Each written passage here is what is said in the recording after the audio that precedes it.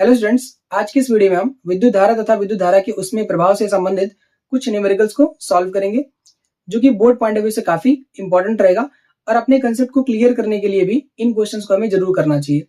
इससे पहले हम लोगों ने विद्युत धारा और विद्युत धारा के उसमें प्रभाव के सारे कंसेप्ट पढ़े हैं और उनके जितने फार्मूले थे उनको भी हम लोगों ने पढ़ रखा है, ठीक, पिछले वीडियोज में।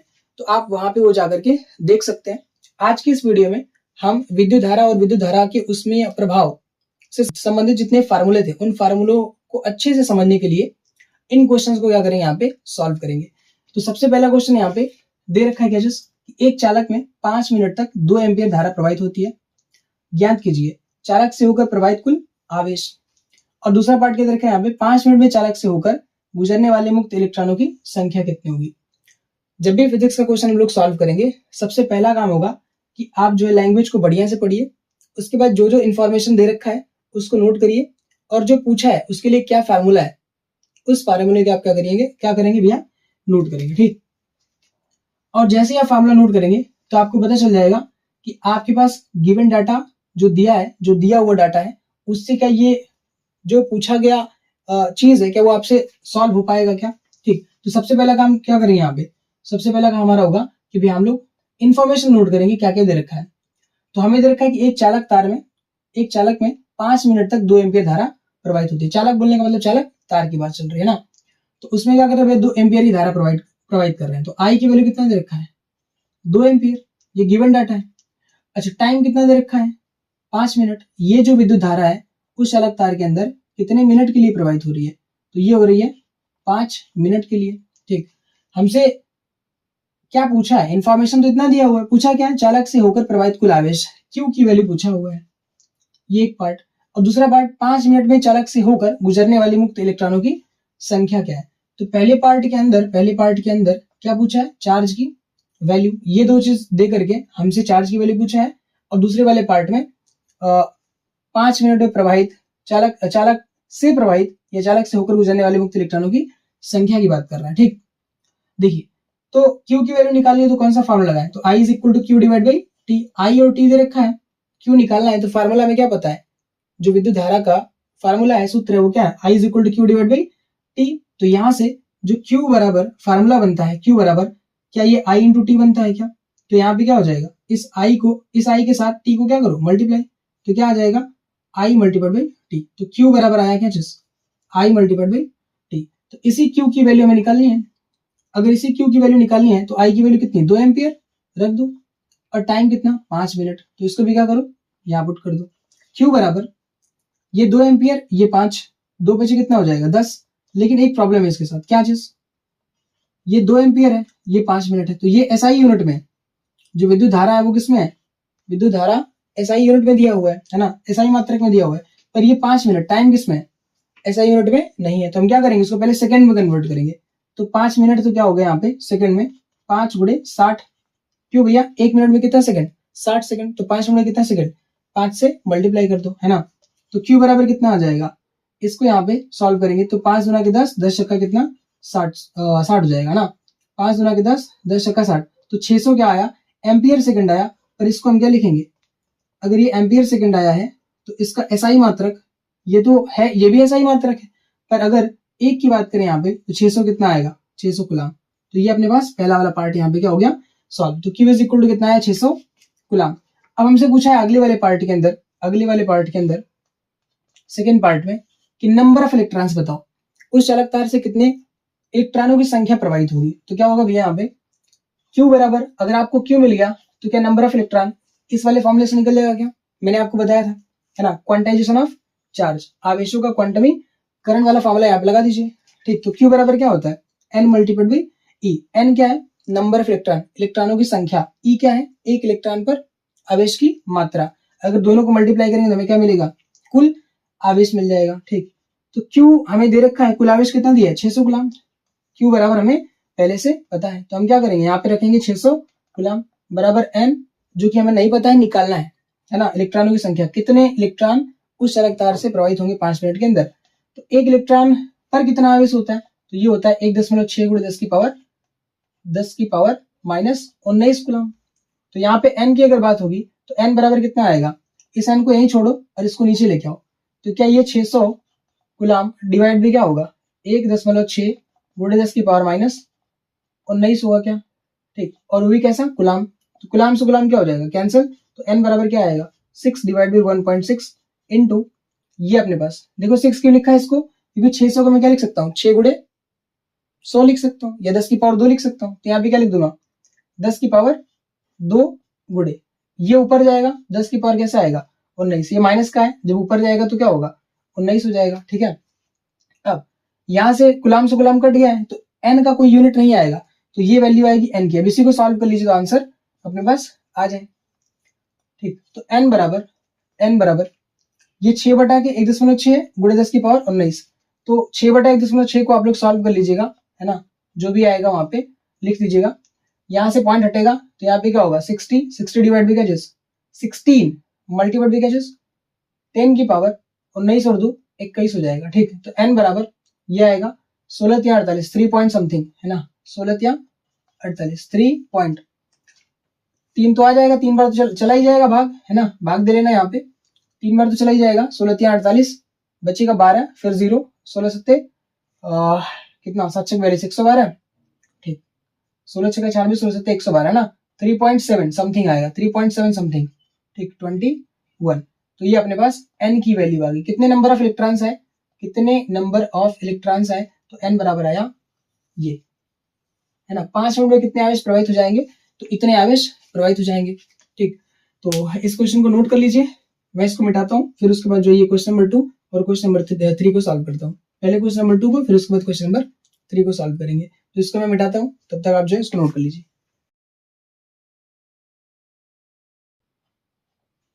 चलिए देखिए दूसरा वाला क्वेश्चन क्या है, यदि किसी चालक से होकर 5 सेकंड में 2.5 गुणे 10 की पावर 20 इलेक्ट्रॉन गुजरे तो चालक में धारा का मान कितना होगा। ये क्वेश्चन है जो कि मैंने पढ़ा अभी, है ना। क्या क्या दिया है इसमें, सबसे पहले उसको नोट करिए। यदि किसी चालक से होकर, कोई एक चालक तार है, उससे होकर 5 सेकंड में, टाइम दे रखा है 5 सेकंड में क्या हो रहा है, 5 सेकंड में 2.5 गुणे 10 की पावर 20 इलेक्ट्रॉन गुजर रहा है, यानी यहाँ पे इस बार नंबर ऑफ इलेक्ट्रॉन दे रखा है, इलेक्ट्रॉनों की संख्या पहले से दे रखा है, यानी यहाँ पे n बराबर दे रखा है कितना 2.5 गुणे 10 की पावर 2.5 गुणे 10 की पावर 20 इलेक्ट्रॉन, ये तुम्हें पहले से दे रखा है, t दे रखा है और नंबर ऑफ इलेक्ट्रॉन दे रखा है, ठीक। यहाँ पे नंबर ऑफ इलेक्ट्रॉन पहले से दे रखा है, इसका मतलब है कि हम चार्ज निकाल सकते हैं, कितना आवेश प्रवाहित हो रहा है ये हम कैलकुलेट कर सकते हैं। क्या पूछा है, तो चालक में धारा का मान ज्ञात कीजिए। ये I की वैल्यू पूछ रहा है, धारा का मान मतलब क्या चीज, I की वैल्यू पूछ रहा है आपसे। तो अगर I की वैल्यू पूछ रहा है तो I बराबर क्वेश्चन मार्क, तो I का फार्मूला क्या होता है, I इज इक्वल टू होता है Q डिवाइड बाई T। तो क्या टाइम दे रखा है क्या, यस टाइम दे रखा है, कितने समय के लिए ये जो इलेक्ट्रॉन्स है वो कितने समय के लिए प्रवाहित हो रहा है, तो वो 5 सेकंड के लिए प्रवाहित हो रहा है। अगर 5 सेकंड के लिए प्रवाहित हो रहा है, अगर 5 सेकंड के लिए प्रवाहित हो रहा है तो टाइम तुम्हें दे रखा है 5 सेकंड, है ना। आई की वैल्यू पूछा है, क्यू की वैल्यू हम किसी तरीके से अगर निकाल लें तो ये सवाल सॉल्व हो जाएगा। तो अभी भी जो फार्मूला लगाया था वो इसमें भी लग जाएगा ना, क्या चीज, I is equal to Q की जगह पे हम क्या लिखेंगे N multiplied by E divide by क्या चीज टी। जो क्यू है उसकी जगह पे हम क्या लिख सकते हैं एन मल्टीप्लाइड बाई ई।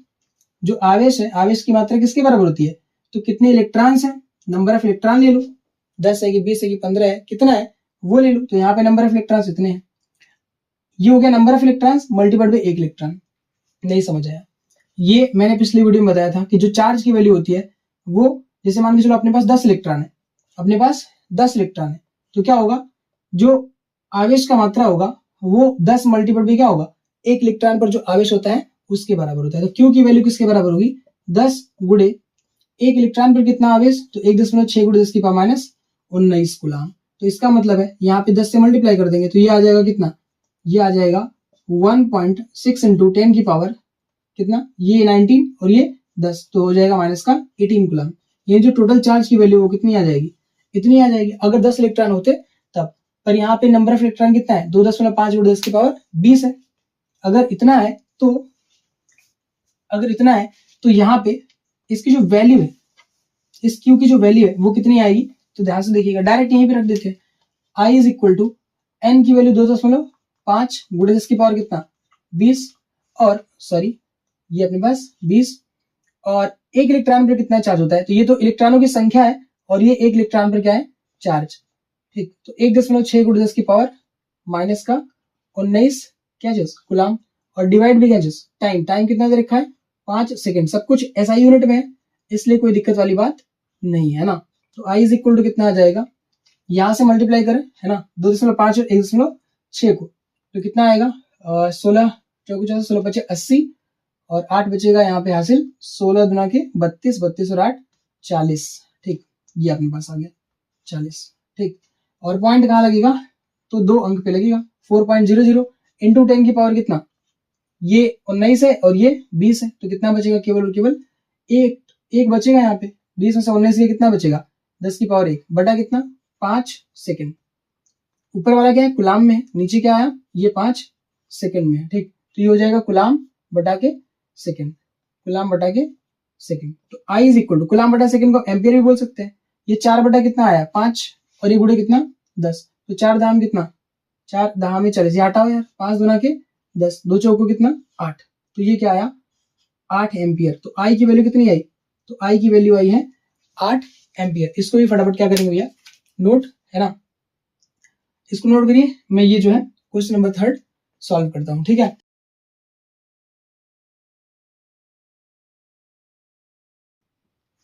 चलिए देखिए थर्ड क्वेश्चन के अंदर क्या दे रखा है, एक चालक का प्रतिरोध 3.0 ओम है, इसमें 0.5 एम्पियर की धारा प्रवाहित करने पर कितना विभवांतर उत्पन्न होगा। ये पहला पार्ट हो गया। यदि इस तार के सिरों पर उत्पन्न विभवांतर 2.4 वोल्ट हो तो इसमें कितनी धारा प्रवाहित होगी। क्या बोल रहा है कि एक चालक का प्रतिरोध 3.0 ओम है ना, एक अपने पास चालक है। ठीक, एक अपने पास चालक तार है, इस चालक तार का जो रेजिस्टेंस है प्रतिरोध है वो आर बराबर कितना दे रखा है 3.0 ओम दे रखा है। इसमें 0.5 एम्पियर की धारा प्रवाहित होती है, इसमें कितना करंट फ्लो कराते हैं, तो आई की वैल्यू कितना दे रखा है, आई की वैल्यू 0.5 एम्पियर विद्युत धारा प्रवाहित कराते हैं। बोल रहा है कि 0.5 एम्पियर की धारा प्रवाहित करने पर कितना विभवांतर उत्पन्न होगा, मतलब यहाँ पे कितना पोटेंशियल डिफरेंस क्रिएट करें, इस चालक तार के सिरों पर विभवांतर कितना क्रिएट किया जाए है ना, कितना उत्पन्न किया जाए कि इसमें से जो विद्युत धारा प्रवाहित हो रही है वो 0.5 एम्पियर की प्रवाहित हो, अगर इस चालक तार का प्रतिरोध कितना है 3.0 ओम है। फिर से इस चालक तार का प्रतिरोध तुम्हें कितना दे रखा है 3.0 मतलब 3 ओम दे रखा है। बोल रहा है कि इस चालक तार के सिरों पर विभवांतर कितना उत्पन्न करें कि इसमें जो विद्युत धारा प्रवाहित हो वो 0.5 एम्पियर का हो। तो ये किससे लगेगा ओम के नियम से है ना। ये जो क्वेश्चन है कैसे सॉल्व होगा, यहाँ पे आपसे V पूछ रहा है कि पोटेंशियल डिफरेंस बताओ, तो V बराबर क्या होता है I R, V is equal to I R. Ohm का नियम कहते हैं V इज इक्वल टू क्या आई आर है ना, ये ओम के नियम से आता है, ये मैंने आपको पढ़ाया है। तो V बराबर आई आर, V की वैल्यू पूछा है तो आई इंटू क्या कर देंगे आर, आई की वैल्यू कितना दे रखा है 0.5 ओम दे रखा है गुड़े, यहाँ पे 3.0 ओम, तो यहाँ पे सीधे सीधे क्या लिख दे 3 ओम। तो V की वैल्यू कितनी आ जाएगी, मल्टीप्लाई कर दो 3 बचे 15, तो कितना आ गया 1.5 वोल्ट आ गया। ठीक, ये अपने पास पोटेंशियल डिफरेंस है, विद्युत विभवांतर है, और ये यहाँ पे क्या है उसका मात्रक है, उसका मात्रक भी किससे रिप्रेजेंट होता है, तो वो भी व्यक्त होता है किससे V से ही, कैपिटल V से ही ना। इसी में अगला पार्ट भी दे रखा है, यदि इस तार के सिरों पर उत्पन्न विभवांतर 2.4 वोल्ट हो, माने ये अब चेंज कर दिया क्वेश्चन, कह रहा है कि अगर इतना विद्युत धारा प्रवाहित कराना है और प्रतिरोध इतना है तो कितना पोटेंशियल डिफरेंस लगाना चाहिए। ये पहला पार्ट हो गया, तो ये इसका कौन सा पार्ट है फर्स्ट पार्ट। इसी के अंदर सेकंड पार्ट भी दे रखा है। ठीक, इसी का सेकंड पार्ट भी दे रखा है क्या चीज, यदि इस तार के सिरों पर उत्पन्न विभवांतर 2.4 वोल्ट, मतलब वायर यही है, वायर यही है, और यहाँ पे जो पोटेंशियल डिफरेंस है वो बदल दिया, और वो कितना कर दिया, जैसे यहाँ पे आया था कितना 1.5 वोल्ट, तो बोल रहा है नहीं, अब हमें करंट नहीं दिया है, अब हमें क्या कर रहे हैं भैया, इसका प्रतिरोध दे करके आर बराबर 3 ओम दे करके हमसे बोल रहे हैं कि अगर हम यहाँ पे क्या करें कि ये जो पोटेंशियल डिफरेंस है इसको कितना कर दें 2.4 वोल्ट, हम लगा दे पोटेंशियल डिफरेंस 2.4 वोल्ट का, तो इससे कितनी विद्युत धारा प्रवाहित होगी, कितनी धारा प्रवाहित होगी। तो अब यहाँ पे फार्मूला वही लगेगा, V बराबर क्या चीज आई आर, फार्मूला ही वाला लगेगा V बराबर आई आर वाला। ठीक, पर पूछा क्या इस बार आई की वैल्यू, सेकंड पार्ट में आई पूछा है, फर्स्ट पार्ट में V पूछा था, तो आई इज इक्वल टू क्या हो जाएगा, क्या ये V डिवाइड बाई आर हो जाएगा, क्या आई को यही छोड़ो तो आर नीचे जाएगा, तो आई बराबर क्या आएगा V बटा के आर। तो अगर ये वाला फार्मूला लगा दे तो अपना आंसर आ जाए, क्या आएगा भैया, तो आई इज इक्वल टू वी की वैल्यू बताइए, तो वी की वैल्यू 2 दशमलव कितना है 4 वोल्ट है, डिवाइड बाई आर की वैल्यू कितना है 3 ओम है, तो आई बराबर कितना हो जाएगा यहाँ पे 2.4 बटा के 3, ठीक, तो ये आएगा 3 8 24 है ना 0.8। ये अगर इसको डिवाइड करें तो कितना आ जाएगा 8 बार में कटेगा, और पॉइंट जो है एक डिजिट के पहले लगाना है ना, एक अंक के पहले, तो यहाँ पे कितना आ गया 0.8 जो है वोल्ट पर ओम, इसी को बोलेंगे चीज एम्पियर। विद्युत धारा का एसआई मात्रक क्या होता है एम्पियर, हमेशा याद रखना है भैया क्या चीज, कि अगर आप कोई सी भी फिजिकल क्वांटिटी, कोई सी भौतिक राशि जैसे आई आ गया, वी आ गया या आर आ गया, उसका आपको एसआई मात्रक याद करके रखना है। और जितनी और फिजिकल क्वांटिटी है जो कि उस जैसे मान लो कि आई की वैल्यू लेके आनी थी हम लोग, और वी और आर हमें दे रखा है, तो हमें इंश्योर करना है कि जो वी और आर है, हमें अपने से क्लियर करना है, देखना है कि जो वी और आर की वैल्यू दे रखा है वो एसआई मात्रक में दिया है या नहीं है ना। जैसे वी का वोल्ट में होना चाहिए, जो विद्युत विभवांतर है वो वोल्ट में होना चाहिए, और जो प्रतिरोध है वो किस में होना चाहिए, वो ओम में होना चाहिए, तभी हम डायरेक्ट आई की वैल्यू क्या लिख सकते हैं। अगर आई का वैल्यू लिखा हम लोगों ने, तो वैल्यू के पीछे जो मात्रक लिखेंगे उसको हम डायरेक्ट एम्पियर में बना सकते हैं, लिख सकते हैं। तो ये चीज क्लियर होना चाहिए। तो ये था अपने पास 3 क्वेश्चन। बढ़ते हैं अगले वाले क्वेश्चन पे। तो चलिए देखिए अगला क्वेश्चन, जिसमें क्या दे रखा है चलिए देखिए अगला क्वेश्चन, जिसमें क्या दे रखा है 10 ओम 20 ओम 30 ओम के प्रतिरोध यदि समांतर क्रम, पहला वाला पार्ट, दूसरा वाला पार्ट क्या, श्रेणी क्रम में जोड़ दिए जाए तो समतुल्य प्रतिरोध की गणना कीजिए। क्या दिया भैया 10 ओम 20 ओम 30 ओम का अपने पास प्रतिरोध है, उनको सबसे पहले किस में जोड़ रहा है, समांतर क्रम में, उसके बाद क्या बोल रहा है श्रेणी क्रम में जोड़ दीजिए। समांतर क्रम में और श्रेणी क्रम में जोड़ दिए जाए तो समतुल्य प्रतिरोध की गणना कीजिए, मतलब दोनों में जोड़ना है, एक बार समांतर क्रम में और एक बार श्रेणी क्रम में। बहुत ही आसान क्वेश्चन है ये क्वेश्चन, जो है कंसेप्ट पढ़ते टाइम भी मैंने बताया था, ठीक है। और इसके पहले का जो वीडियो है, इसके पहले वाला जो वीडियो, ये वीडियो जो आएगा उसके पहले का जो वीडियो है उसमें मैंने मिक्स्ड कॉम्बिनेशन ऑफ रेजिस्टेंस कराया है, प्रतिरोधों का जो मिश्र संयोजन है उसको कराया हुआ है। तो वहां पे भी ये चीज स्टार्टिंग में ही 10 मिनट के अंदर अंदर रिकॉल कराया था, ठीक। तो वहां पे भी ये क्वेश्चन कराया था, वापस से करा रहा हूँ यहाँ पे, क्योंकि ये जो बुक का क्वेश्चन है, ये सारे के सारे बुक के क्वेश्चन है ना। तो अब जब पिक कर रहे हैं तो इसलिए सबको करा रहे हैं यहाँ पे ना। देखिए तो यहाँ पे क्या दे रखा है भैया 10 ओम 20 ओम और 30 ओम प्रतिरोध दे रखा है। मान के चलो ये अपने पास R1 बराबर 10 ओम, ठीक, R2 बराबर, नहीं मानते तब भी काम चल जाता, 20 ओम, और R3 बराबर कितना है 30 ओम, ठीक, 30 ओम दिया हुआ है। सबसे पहले किसमें जोड़ेंगे, समांतर क्रम में। पहला वाला पार्ट उठाइए, जब R1 R2 तथा R3 यानी 10 ओम 20 ओम और 30 ओम समांतर क्रम में जोड़े जाते हैं, समांतर क्रम में जोड़े जाते हैं। बोर्ड में कैसे करेंगे उसके लिए बता रहा हूं, अदरवाइज तो ये बहुत ही क्वेश्चन आसान है ना। जोड़े जाते हैं तो Req की वैल्यू कैसे मिलती है, तो ये मिलता है ऐसे 1/Req is equal to 1/R1 plus 1/R2 plus 1/R3, ऐसे बोर्ड में करेंगे, ठीक है। देखिएगा तो यहां पे इसकी जो वैल्यू आएगी आप 1/Req is equal to 1/10 ohm plus 1/20 ohm plus 1/30 ohm, ठीक। इसको सॉल्व करेंगे हम लोग तो क्या निकल के आएगा 1/Req इज इक्वल टू 10 20 30 का एलसीएम कितना आएगा 30 ओम आएगा, 10 20 30 का एलसीएम 30 आएगा, और ओम ओम ओम सब में तो क्या होगा यहाँ पे ओम आ जाएगा, ठीक। अब क्या करेंगे यहाँ पे 10 से डिवाइड करेंगे 30 को तो कितनी बार कटेगा 3 बार, तो यहाँ 3 मल्टीप्लाई होगा 1 के साथ, 3 एकम 3। अगर सॉरी यहाँ पे 30 इसका एलसीएम नहीं आएगा, 10 20 और 30 का जो एलसीएम आएगा वो कितना आएगा 60 है ना, 60 ओम आएगा, 60 ओम। तो यहाँ पे 10 से डिवाइड करेंगे तो कितना आएगा 6, 10 छक्का 60 है ना, और 20 से करेंगे तो कितना आएगा 20 3 60, ठीक। और यहाँ पे 30 गुना के 60, तो कितना आ गया भैया एलसीएम 60 आया, और ऊपर कितना आ गया 6 3 और 2, 6 3 कितना हो जाएगा 9, 6 और 3 9, 9 और 2 कितना 11। तो यहाँ पे जो Req की वैल्यू आएगी, Req की जो वैल्यू आएगी वो कितनी आ जाएगी, वेट यहाँ पे 1/10 R E Q is equal to, अभी तो ऐसे ही रहेगा ना, ये 6 3 9 9 और 2 11, 11 बटा कितना आया 60 ओम। क्या ये आंसर है क्या? नहीं, इसको पलटना पड़ेगा। तो अगर पलटेंगे तो क्या होगा, आर ई क्यू को यहाँ मल्टीप्लाई करो, 60 को यहाँ पे, 11 को नीचे, तो आर ई क्यू बराबर, सीधे सीधे करो, ये वाला पलटेगा, ये रिवर्स होगा, ये रिवर्स होगा, तो ये भी क्या हो जाएगा रिवर्स, ये पलटेगा तो ये भी पलट जाएगा। तो ये कितना आ जाएगा 60 बटा के 11 ओम। तो ये अपने पास क्या, ओम भी चला जाएगा ऊपर, तो आर ई क्यू की वैल्यू ये आई, कटपिट करके लास्ट में निकाल लेंगे। ठीक है, तो ये अपने पास जब समांतर क्रम में जोड़ा जाएगा तो आंसर ये आएगा, और जब सीरीज में जोड़ा जाएगा तो इसको मैं साइड में कर देता हूँ, बहुत आसान होता है। अगर दूसरा वाला पार्ट उठाए यहाँ से और सीरीज में जोड़े, मतलब श्रेणी क्रम में, तो इसका तो निहायत ही आसान होता है। क्यों? क्योंकि इसमें केवल क्या कर देना है, श्रेणी क्रम में।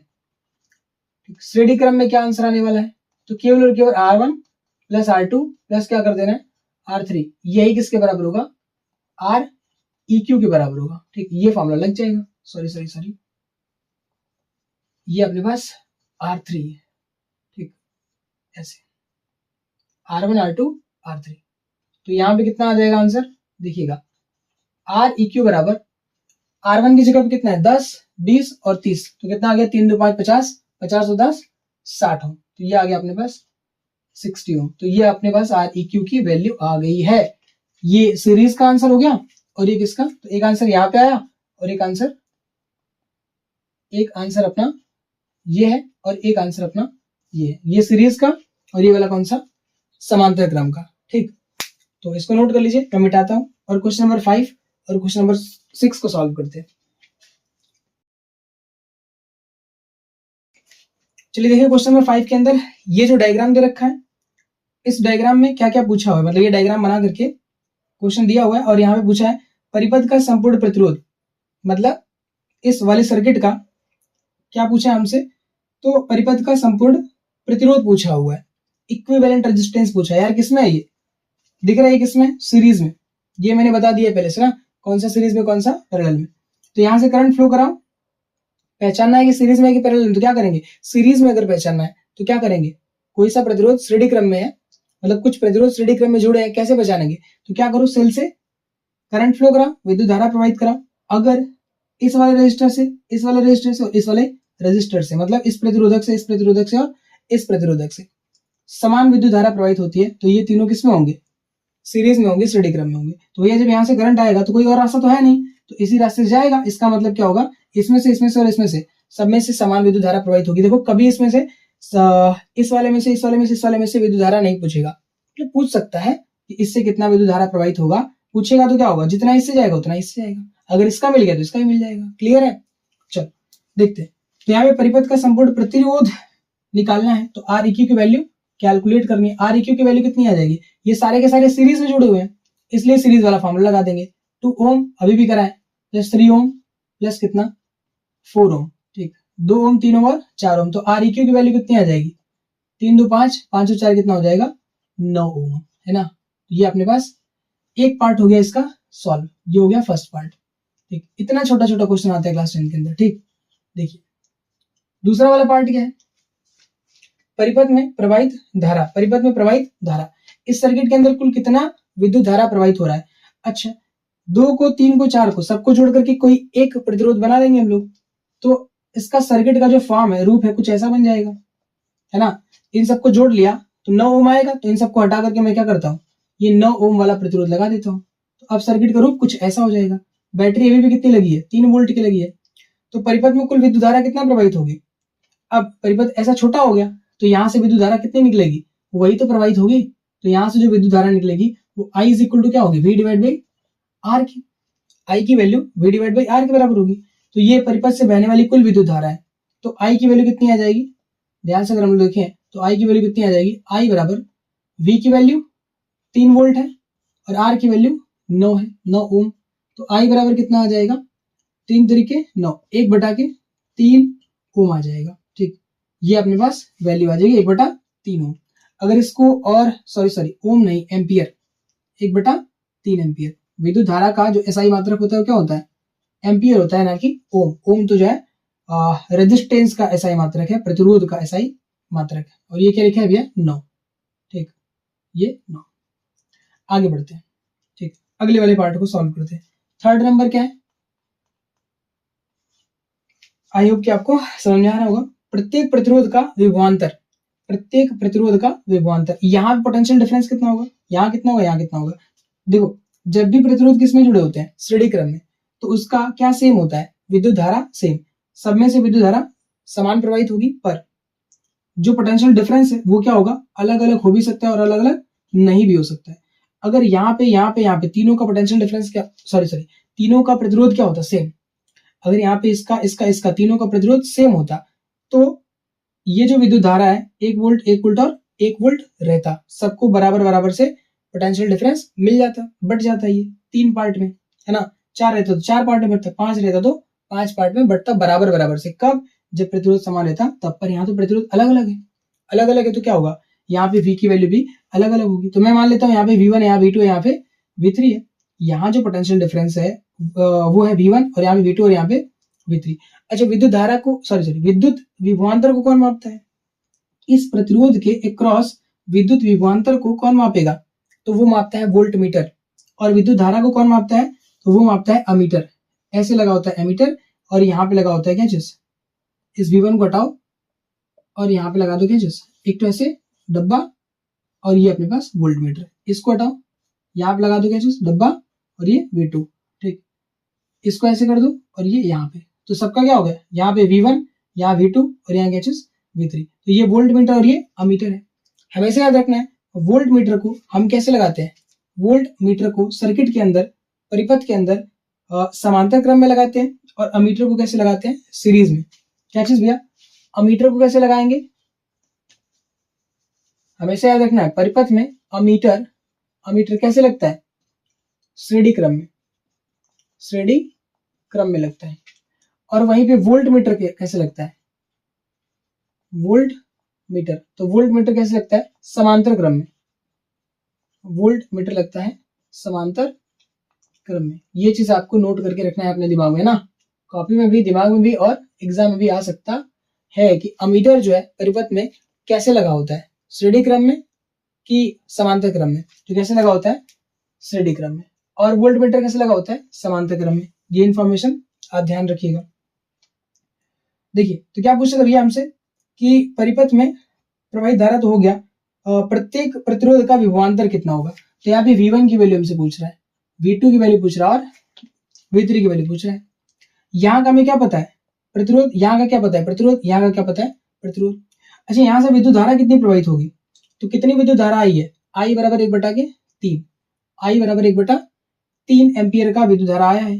तो यहाँ से ये विद्युत धारा चलेगा कितना, 1/3 एम्पियर, इसमें भी 1/3 जाएगा, इसमें भी 1/3 जाएगा, इसमें भी 1/3 जाएगा, है ना। तो V1 बराबर क्या होगा, V बराबर होता है IR, तो ये होगा I मल्टीप्लाइड बाई R1, सब में तो सेम है ना करंट, तो I multiplied by R1। V2 बराबर क्या होगा, I मल्टीप्लाइड बाई R2, और V3 बराबर क्या होगा, I मल्टीप्लाइड बाई R3। तो अगर यहां से बात करें तो V1 की वैल्यू कितनी आएगी, V1 बराबर I की वैल्यू 1/3, R1 की वैल्यू कितना है, ये है 2, है ना। तो इसको सॉल्व करेंगे तो कितना आएगा, 2/3 वोल्ट, ये आएगा, ठीक। और यहाँ पे V2 की वैल्यू की बात करें तो ये कितना आ जाएगा, 1/3 गुणे कितना, 3, है ना, 1/3 एम्पियर में, और ये 3 किस में, ये जो 3 है वो प्रतिरोध है, रेजिस्टेंस है, तो ये ओम में आएगा। और दोनों को कटपीट कर देंगे तो क्या मिल जाएगा लास्ट में, 1 वोल्ट मिल जाएगा, ठीक। और यहाँ पे कितना आ जाएगा, V3 बराबर, ठीक, क्या कर सकते हैं आप, टोटल कितना था, टोटल था 3 वोल्ट, है ना। इन दोनों को जोड़ करके हम घटा भी सकते हैं, या फिर हम जनरल तरीके से कर लें जैसे इन सबको कर रहे थे, ठीक। तो यहाँ पे I की वैल्यू 1/3 और R3 की वैल्यू कितनी है भैया, 4, तो यहाँ पे कितना आ जाएगा, 4/3, 4/3, ठीक। तो ये वैल्यू अपने पास मिलेगी, यानी जो सबसे हाई रेजिस्टेंस इसका रहेगा, जिसका प्रतिरोध सबसे ज्यादा रहेगा, अगर ये श्रेणी क्रम में जुड़े हुए हैं तो जिसका प्रतिरोध सबसे ज्यादा होगा उसके अक्रॉस पोटेंशियल डिफरेंस क्या होगा, सबसे ज्यादा रहेगा। अगर अपने पास ये 3 प्रतिरोध जुड़े हुए हैं श्रेणी क्रम में, तो इसमें जिसका प्रतिरोध सबसे ज्यादा होगा, उसका विभवांतर भी क्या होगा, सबसे ज्यादा रहेगा। क्योंकि I की वैल्यू तो तीनों में सेम है, तो R की वैल्यू जिसमें ज्यादा,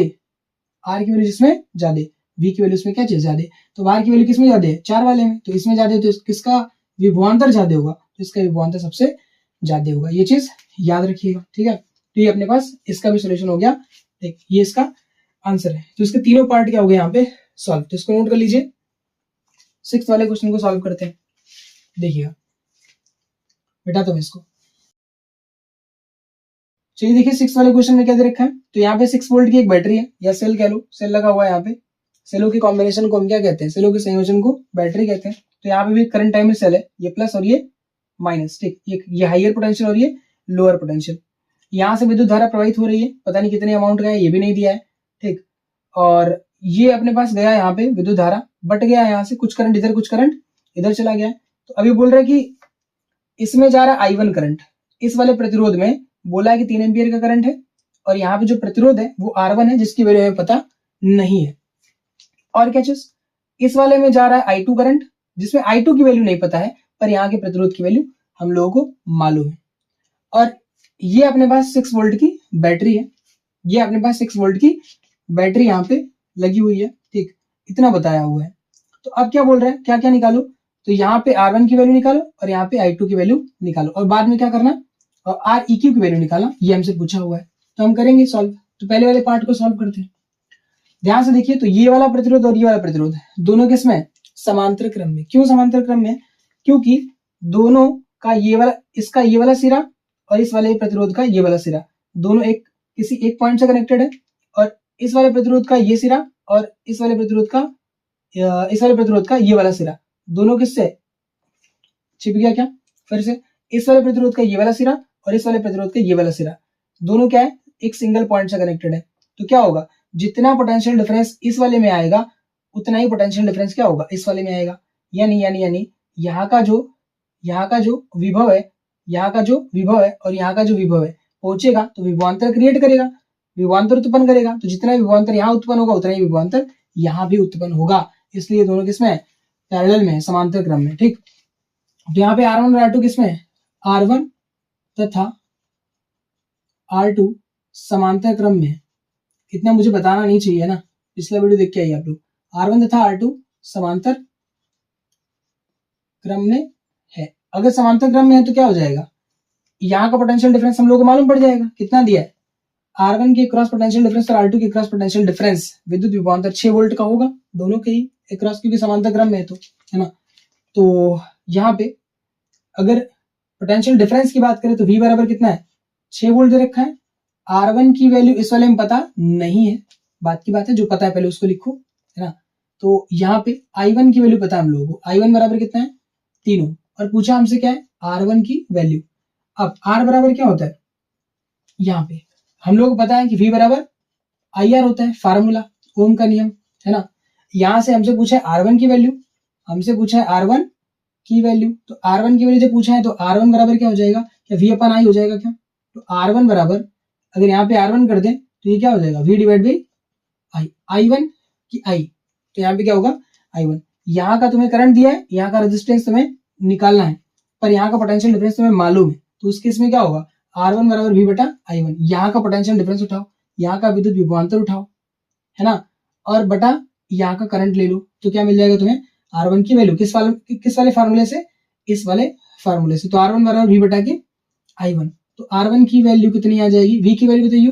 तो V की वैल्यू 6 वोल्ट, और ये अपने पास I1 की वैल्यू कितनी है, 3 एम्पियर। तो कटा कितना आया, R1 बराबर 3 गुना के 6 2, 3 गुना के 6 2 ओम, है ना, 2 ओम। तो R1 बराबर कितना आ गया, 2 ओम। क्या इसी तरीके से हम I2 की वैल्यू भी कैलकुलेट कर सकते हैं क्या, तो यस, I2 की वैल्यू को भी इस तरीके से कैलकुलेट किया जा सकता है। सेकंड पार्ट पे आ जाइए।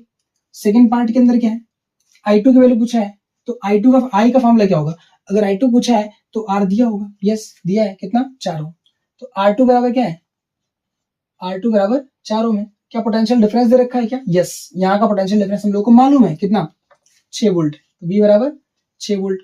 तो I2 बराबर कितना आएगा, I2 बराबर V अपन R, V अपन R। तो I2 बराबर कितना हो गया, V बटा के R। V की वैल्यू बताइए। तो V अपने पास 6 वोल्ट और R की वैल्यू कितनी है, 4 ओम। तो I2 बराबर कितना आ जाएगा, ये कटा इससे तो कितना आया, 2 दुना के 4 2 3 6, 3 बटा के 2, क्या चीज, एम्पियर। इसका मतलब है क्या चीज, 1.5 ओम आएगा यहाँ पे ना। तो I2 की जो वैल्यू है वो आएगी I2 बराबर 3/2 का मतलब क्या होता है? आधा। इसका आधा करो तो 1.5 आ जाएगा ना, 1.5 एम्पियर। तो ये वैल्यू आएगी इसकी I2 की। अच्छा, इसका एक और पार्ट बचा हुआ है, कौन सा? इसका एक पार्ट बचा है Req वाला। अब देखो Req की वैल्यू निकाली हम लोगों को, और ये किसमें? पैरेलल में। जुड़ा किसमें? पैरेलल में। तो जब पैरेलल में जुड़ा होता है, समांतर क्रम में जुड़ा होता है तो यहाँ पे क्या होता है फॉर्मूला? Req। कौन सा पार्ट सॉल्व कर रहे भैया? तीसरा वाला पार्ट।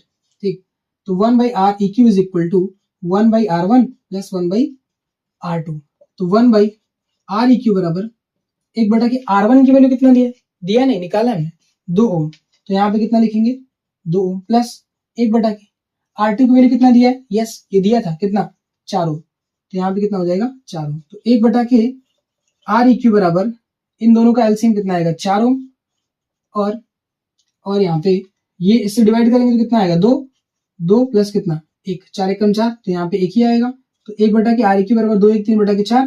तो यहाँ पे हम इसको पलटेंगे तो ये Req आएगा, तो इसको भी पलटना पड़ेगा। तो ये 4 ओम बटा क्या आएगा?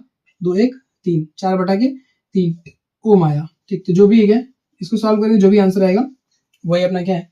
आंसर। तो Req की वैल्यू कितनी आई? 4/3 ओम। तो ये इसका क्या रहा?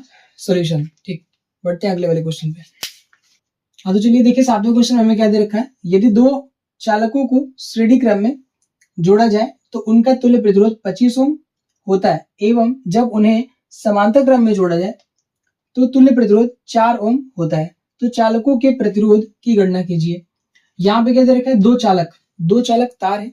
अगर 2 चालक तार होगा तो उन चालक तार का प्रतिरोध भी होगा, और उसी की बात यहाँ पे कर रहा है। बोल रहा है कि अगर 2 चालकों को जोड़ा जाए श्रेणी क्रम में तो उनका रेजिस्टेंस कौन सा वाला? इक्विवेलेंट रेजिस्टेंस Req की वैल्यू, तुल्य प्रतिरोध का मान कितना आ रहा है? 25 ओम। यानी Req 25 आएगा कब? जब हम चालकों को जोड़ेंगे श्रेणी क्रम में। और 4 ओम आएगा कब? जब उनको हम जोड़ेंगे किसमें? समांतर क्रम में। तो बोल रहा है कि बताओ उन चालक तारों का जो प्रतिरोध है वो क्या है? तो अगर 2 चालक तार है तो प्रतिरोध भी कितने आएंगे? 2। तो माना चालक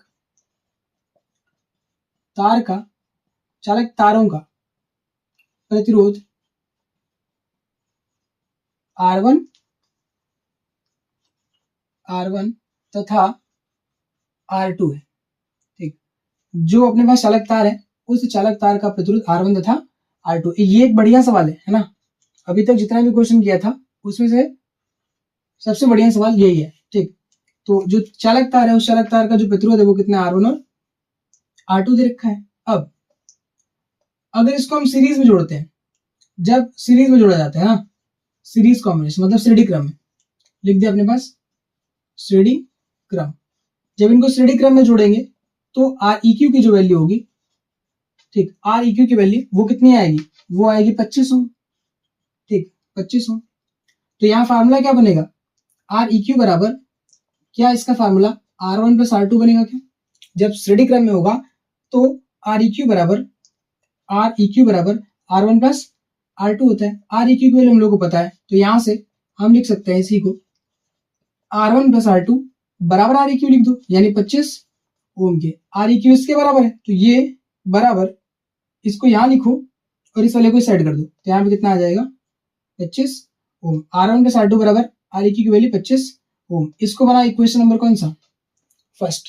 सॉल्व करने का तरीका ये अपने पास इंफॉर्मेशन अभी आया, ठीक, जो दिया था उसके हिसाब से। इसके बाद हम क्या करेंगे? इसी को समांतर क्रम में जोड़ेंगे। जब इनको हम कैसे जोड़ते हैं? समांतर क्रम में। जब इसको हम समांतर क्रम में जोड़ेंगे तो उस केस में क्या होगा? तो 1 डिवाइडेड बाई Req बराबर कितना आएगा? 1 डिवाइडेड बाई Req बराबर 1/R1 प्लस कितना? 1/R2। ठीक, ये आ जाएगा। समांतर क्रम में जोड़ने पर Req की जो वैल्यू है वो कैसे आती है? तो 1 divide by Req is equal to 1 divide by R1 plus 1 divide by R2 से आता है। ठीक है, क्या यहाँ भी Req की वैल्यू दे रखा है क्या? तो कितना दे रखा है? 4 ओम। तो इसमें भी Req की वैल्यू जो आएगी वो दे रखा है पहले ही से, कितना? 4 ओम। तो हम Req की जगह पे क्या रखेंगे? यही वाला 4 ओम उठा के रख देंगे। ठीक, तो इसका रिजल्ट कितना निकल के आएगा? तो ध्यान से देखिएगा यहाँ पे, तो 1 डिवाइडेड बाई Req, इसकी जगह पे हम क्या लिखेंगे? 4 ओम। 1/4 ओम, ऐसे कर ले इसको, 1/4 ओम बराबर कितना, 1/R1 प्लस 1/R2 ये आएगा। इसको थोड़ा आगे और सॉल्व करते हैं। कैसे भैया, देखिए R2 यहाँ आएगा, R1 यहाँ आएगा, तो मैं इसी को लिख सकता हूँ क्या चीज, R1 प्लस R2 है ना। इसी को मैं लिख सकता हूँ R2 यहाँ आया, R1 यहाँ आया, ठीक। तो ये आएगा R2 प्लस R1, तो मैं R2 प्लस R1 लिखूँ या R1 प्लस R2 लिखूँ, बात देखिए होगा। इसको यहाँ पे और ये आपस में मल्टीप्लाई हो जाएगा। जैसे भिन्न का जोड़ लगाते हैं ना, वैसे सॉल्व कर लो। R2 यहाँ, R1 यहाँ और R1 R2 आपस में मल्टीप्लाई करो, तो ये कितना आएगा, ध्यान से देखिएगा, 1/4 ओम, तो यहाँ पे क्या रहेगा 4 ओम। तो 1/4 ओम बराबर कितना, यहाँ पे इसको मल्टीप्लाई तो कितना कितना आ जाएगा, R2 प्लस कितना R1 और 1 कितना R1 R2 ये आ जाएगा, ठीक। अब क्या करेंगे यहाँ पे, इसको पलट देंगे है ना, इसको रिवर्स कर दो तो ऊपर चला जाएगा 4 ओम, अगर ऐसे पलट दें तो ये भी पलट जाएगा, तो बराबर कितना आएगा R1 R2 बटा कितना R2 प्लस क्या R1, या इसी को थोड़ा अच्छे तरीके से लिख दे तो क्या होगा, R1 प्लस R2 आ जाएगा, ठीक। तो R1 R2 बटा के R1 plus R2 is equal to कितना 4 ओम। ये कौन सा अपने पास इक्वेशन नंबर सेकंड हो गया, ये इक्वेशन नंबर सेकंड। अब यहां से क्या करेंगे, R1 प्लस R2 की वैल्यू क्या हमें पहले से पता हो गया है क्या, 25 ओम है ना। सॉल्व करके हम लेके आए, तो जो हमारा एक पहला इक्वेशन बना वो R1 plus R2 is equal to 25 ohm बना है, तो ये तो हमें क्वेश्चन में अब नोन हो गया, सॉल्व करने के बाद पता चल गया है। तो हम इसकी जगह पे क्या लिख सकते हैं, हम इसकी जगह पे ये वाली वैल्यू उठा करके पुट कर सकते हैं 25 है ना। R1 प्लस R2 की जगह पे क्या लिख सकते हैं 25 ओम। तो क्या करेंगे भैया, यहाँ पे 4 ओम बराबर कितना R1 R2 बटा कितना R1 प्लस R2 की जगह पे कितना करेंगे 25 ओम, ये रख दिया क्योंकि ये आ गया अपने पास है ना। R1 R2 की वैल्यू नहीं आई है पर ये तो हमारे पास है, तो रख दो। 25 को कितना 100 हो जाएगा, अगर यहाँ से मल्टीप्लाई कर दें तो 100 ओम हो जाएगा, किसके बराबर R1 R2 के बराबर। R1 R2 बराबर कितना आ गया 100 ओम, R1 R2 बराबर 100 ओम आ गया, ठीक है। अब देखिएगा यहां से क्या करेंगे, R1 की वैल्यू निकालेंगे। R1 बराबर कितना, R1 बराबर 100 बटा के R2, चाहे R1 की वैल्यू निकालो चाहे R2 की वैल्यू निकालो, किसी की वैल्यू निकालो कोई दिक्कत नहीं है ना। तो यहां से क्या हुआ, R1 बराबर 100 बटा के R2, जहां पे इक्वेशन नंबर सेकंड इसको माना था, इक्वेशन नंबर सेकंड क्या करो इस वाले को मान लो, ठीक। ऐसे कि R1 बराबर 100 बटा के R2। अब क्या करना है, इसी R1 की वैल्यू उठा करके पुट कर देना है कहां पे, इस फर्स्ट इक्वेशन में। तो क्या करेंगे, R1 का मान R1 5 नहीं R1 है ना, तो R1 का मान समीकरण एक में रखने पर अब क्या होगा, यहाँ पे कौन सा समीकरण बनेगा, जब इस वैल्यू को उठा के पुट करेंगे तो यहाँ पे हमें एक द्विघात समीकरण मिलेगा, द्विघात समीकरण। अब द्विघात समीकरण को सॉल्व करना आपने अब तक तो सीख लिया होगा मैथमेटिक्स के अंदर, ठीक। चलिए करते हैं उसको सॉल्व। देखिएगा क्या करेंगे, यहाँ पे R1 की जगह पे किसकी वैल्यू रखेंगे 100 बटा के R2, तो यहाँ पे R1 की जगह पे रखो 100 बटा के R2 प्लस कितना, जहां पे R2 था वहां पे R2 तो रहेगा ही रहेगा, बराबर कितना, जहां 25 था वहां 25 तो रहेगा ही रहेगा। बस केवल क्या चेंज किया है, समीकरण 1 में R1 की जगह पे ये वाली वैल्यू उठा के रख दिया, समीकरण 2 का मान रख दिया, R1 का मान उठा के यहाँ पे रख दिया है। अब इसी को सॉल्व कर लो, 100 प्लस R2 का मल्टीप्लाई करेंगे तो क्या होगा, R2 का स्क्वायर आ जाएगा, ये R2 का स्क्वायर आ जाएगा। R2 का मल्टीप्लाई कर दो है ना, ध्यान से यहाँ एक होगा, यहाँ पे अगर एक होगा तो भिन्न की तरह जोड़ो इसको, R2 यहाँ पे ये आपस में ये 1 यहाँ पे, तो इसको कोई फर्क नहीं पड़ेगा, इसलिए इसको हम यहाँ पे नहीं कर रहे हैं ना। R2 का यहाँ मल्टीप्लाई करेंगे तो ये आ जाएगा ऐसे, अगर किसी को कम समझ में आए तो पूरा कर रहा हूँ उसके लिए, क्या चीज, इसको यहाँ मल्टीप्लाई किया, नीचे 1 है तो 1 का मल्टीप्लाई करेंगे तो वही रहेगा, तो 100 प्लस R2 का square divide by R2 is equal to कितना 25। तो अगले वाले स्टेप में क्या करेंगे, 100 प्लस R2 का स्क्वायर बराबर कितना 25 और यहाँ पे क्या चीज R2, इस वाले को मल्टीप्लाई करो क्रॉस में उस साइड, इसको उठा के वहां मल्टीप्लाई करो तो कितना हो जाएगा 25 R2। अब क्या करेंगे, इसको उठा के इस साइड लेके आएंगे, इस साइड, ठीक। तो ये आएगा R2 का स्क्वायर माइनस कितना, ये R2 का स्क्वायर माइनस 25 R2 और प्लस कितना 100 बराबर कितना 0। यस आ रहा है। तो यहाँ पे कितना हो जाएगा R2 का स्क्वायर माइनस 25 R2 प्लस कितना 100 बराबर कितना 0। अब क्या करेंगे इसको सॉल्व करने के लिए, इसको सॉल्व करने के लिए क्या करेंगे, देखिए द्विघात समीकरण आपने सॉल्व किया होगा तो आप इसको सॉल्व कर पाएंगे।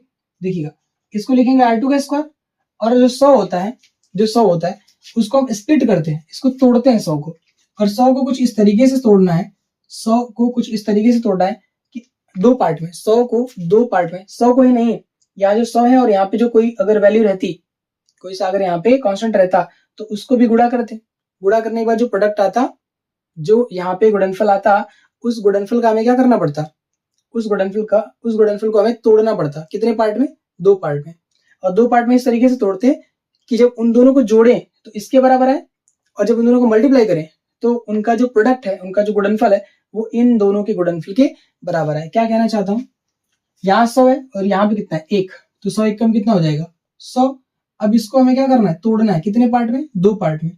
तो क्या करते हैं हम लोग, 2 से इसको डिवाइड करते हैं, पहले इसका गुणनखंड निकाल लो, तो ये 50 बार में जाएगा, फिर ये 25 बार में, फिर ये कितनी बार में, 25 से कम 25, ऐसे भी जा सकता है। या फिर हम क्या करेंगे, इसको 5 से कट करेंगे, 5 में 25 और 5 एक कम 5। तो अभी मैं डायरेक्ट बताता हूँ, है ना, आपने ये मैथमेटिक्स अंदर सीखा होगा, ठीक, फिर भी मैं इसको बता रहा हूँ। तो क्या करेंगे भैया, इसको ये अपने पास 2 दूना के 4, 5 चौक को 20, 2 दूना के 4, 5 चौक को 20, है ना, 2 दूना 4 हो गया, 4 आया, 4 का 5 मल्टीप्लाई करो 20 आ जाएगा, ठीक। तो इसको हम कैसे लिख सकते हैं, 20 गुणे 5। क्या ये 20 गुणे 5 करेंगे तो 100 मिलेगा क्या, यस, 20 गुणे 5 करेंगे तो 100 मिलेगा, 20 25 100, और 20 और 5 को ऐड करेंगे तो कितना आएगा, तो वो आएगा 25 R2 के बराबर।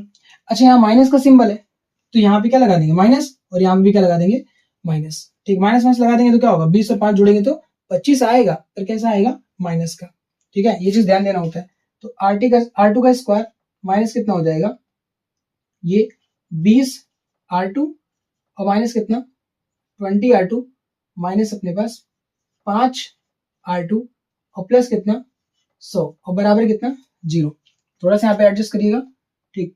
अब यहाँ पे कॉमन लेंगे, इसमें से और इसमें से क्या कॉमन मिलेगा भैया, इन दोनों में क्या कॉमन मिला और इन दोनों में क्या कॉमन मिला, तो यहाँ से कॉमन मिलेगा क्या चीज, R2 ब्रैकेट में आएगा क्या चीज, R2 कॉमन मिला इन दोनों में, तो R2 तो यहाँ बचा रहेगा एक ठो, क्योंकि स्क्वायर था तो एक ठो बच गया है, और यहाँ पे क्या आएगा माइनस का 20, छोटा हो जाए तो उसके लिए सॉरी भाई, है ना।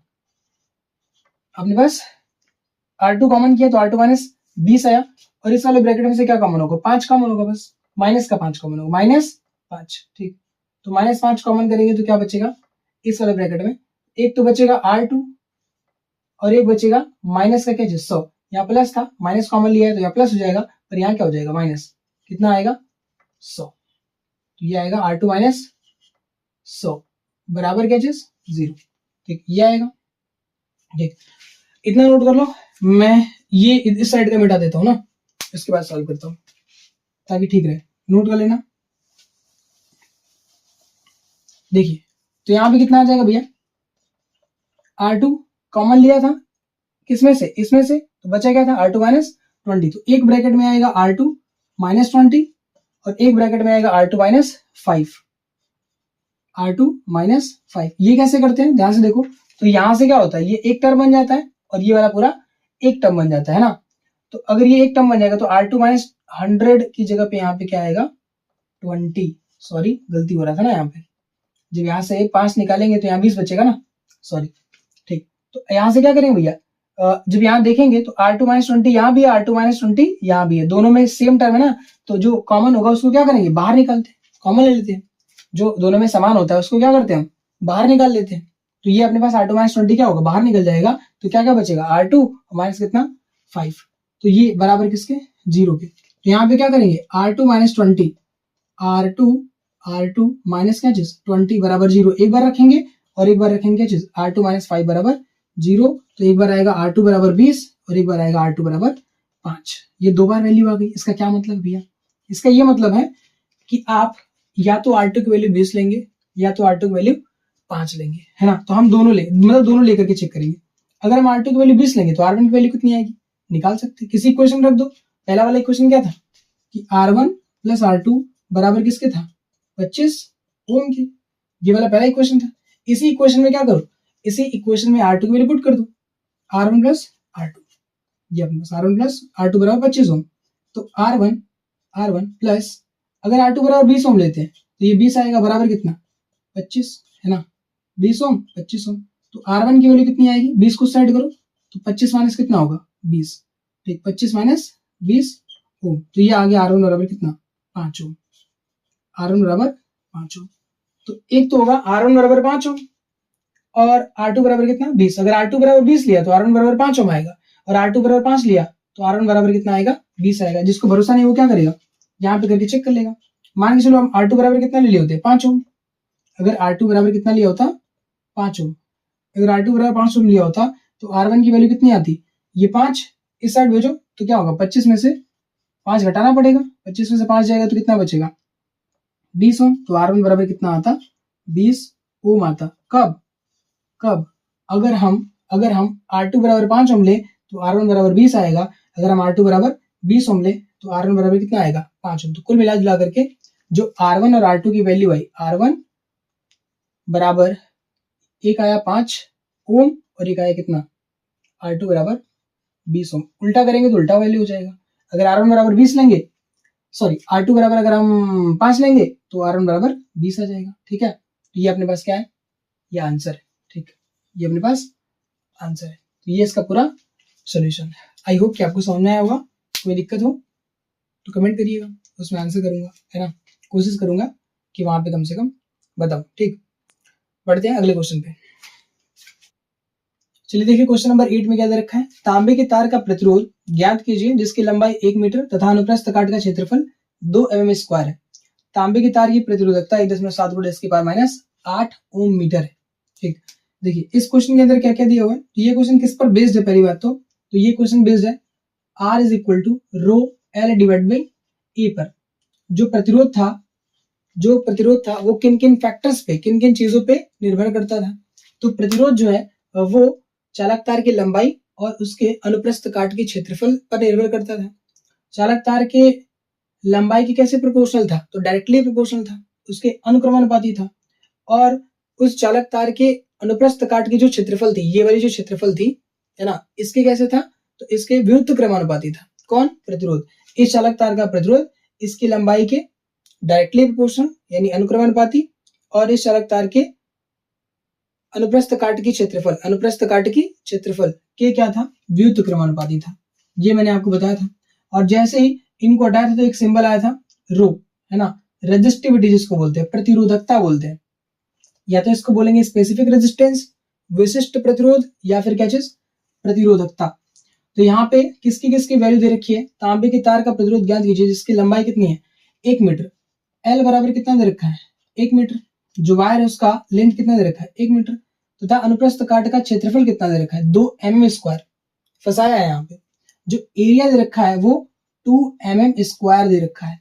पर प्रॉब्लम क्या है कि ये 2 mm स्क्वायर है, इसको हमें SI में बदलना पड़ेगा, SI सिस्टम में।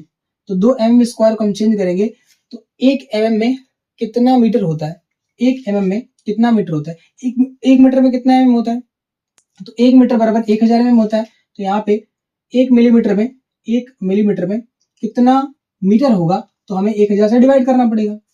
कैसे भैया, 1 मीटर बराबर 1000 mm होता है, मिलीमीटर होता है। तो अगर कोई पूछे 1 मिलीमीटर में कितना होता है, 1 मिलीमीटर में कितना मीटर होता है, तो क्या करेंगे, यहाँ 1 छोड़ेंगे, बाकी 1000 नीचे लेके चले आएंगे, यूनिटरी मेथड ना। तो यहाँ पे क्या होगा 1000, यहाँ से 1000 क्या किया नीचे, तो 1000 गुणे 1 लिख सकते हैं क्या, इसको हम 1000 गुणे 1 लिख सकते हैं, कोई फर्क नहीं पड़ेगा। 1000 एक कम 1 करेंगे तो फिर से वही 1000 आएगा। तो यहाँ पे अगर 1000 गुणे 1 किया और 1 के साथ mm को लगा दिया तो यहाँ पे बचेगा क्या चीज, 1 mm और 1000 नीचे। आई होप कि इतने तो आता ही होगा ना। तो 1000 से क्या करेंगे डिवाइड, तो 1 mm में कितना मीटर आएगा वो हमें पता चल जाएगा। अब क्या होगा, 2 mm स्क्वायर है और यहाँ पे 2 mm स्क्वायर को क्या, इसको हम 2 बार लिख सकते हैं क्या, mm गुणे mm। तो क्या ये mm और इंटू mm है, तो क्या ये इसको मल्टीप्लाई करेंगे तो क्या mm का होल स्क्वायर आ जाएगा, क्या आ जाएगा, है ना।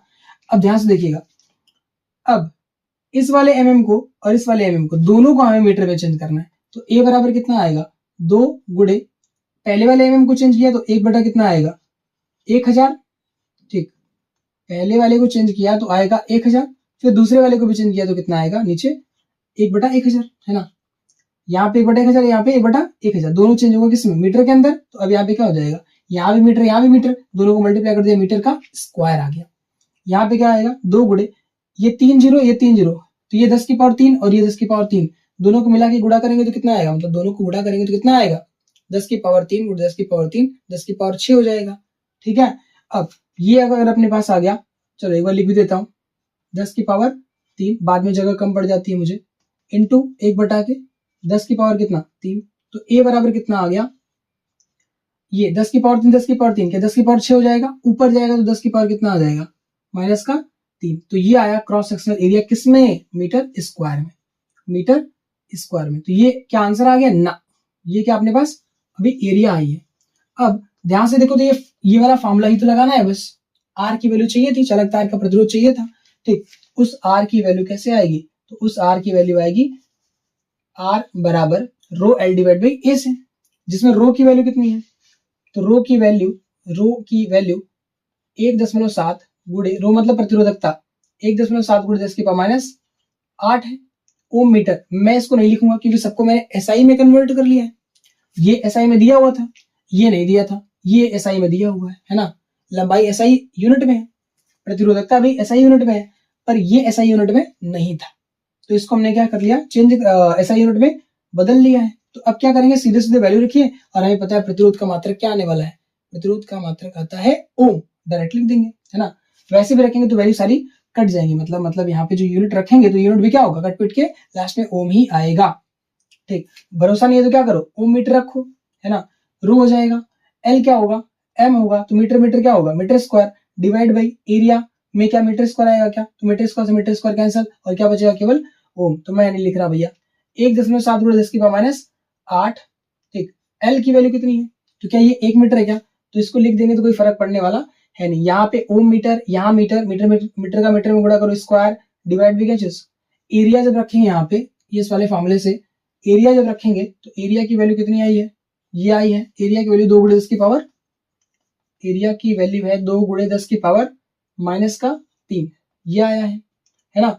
अब ये किस में आएगा, मीटर स्क्वायर में, तो यहाँ का मीटर स्क्वायर यहाँ का मीटर स्क्वायर कैंसिल हो जाएगा और केवल क्या बचेगा, ओम, ओम। तो आर बराबर कितना आएगा, 1.7 बटा क्या चीज 2 गुणे क्या चीज, ये मल्टीप्लाई करेंगे तो वही रहेगा, कोई चेंजेस नहीं आएगा भैया, 1 से गुणा करोगे क्या ही फर्क पड़ जाएगा ना।